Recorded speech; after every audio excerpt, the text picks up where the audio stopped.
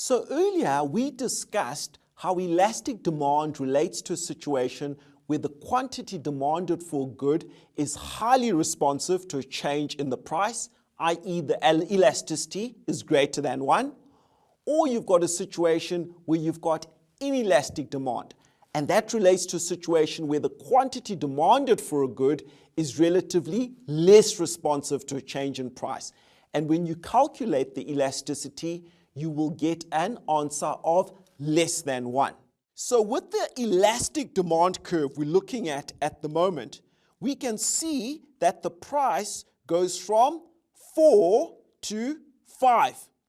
As a result of the price going from 4 to 5, you find that there's a major reduction in the quantity demanded from 4 units to 2 units.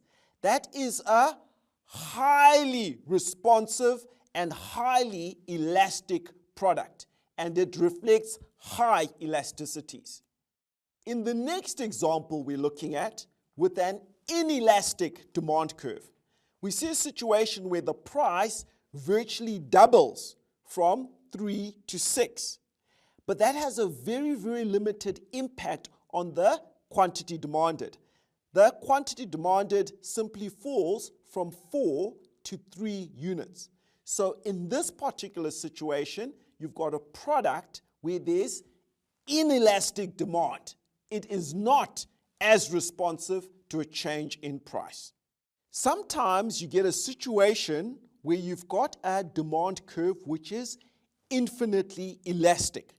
This example is showing you, for instance, a demand curve for someone who is diabetic and who needs to purchase insulin to survive.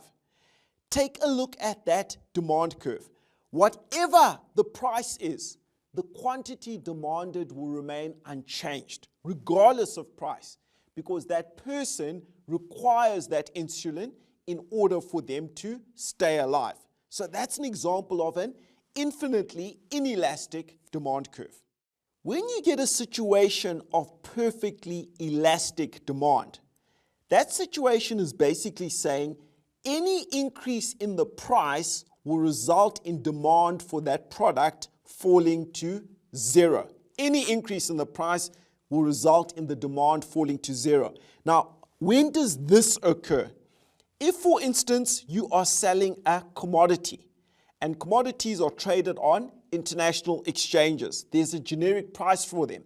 Let's say you're selling platinum, and the price of platinum per ounce is $1,000 US. If you try sell your own platinum at $1,001 US, you will not sell a single ounce. That results in a perfectly elastic demand curve. And if there's any increase in the price, it will result in the demand for that product falling to 0.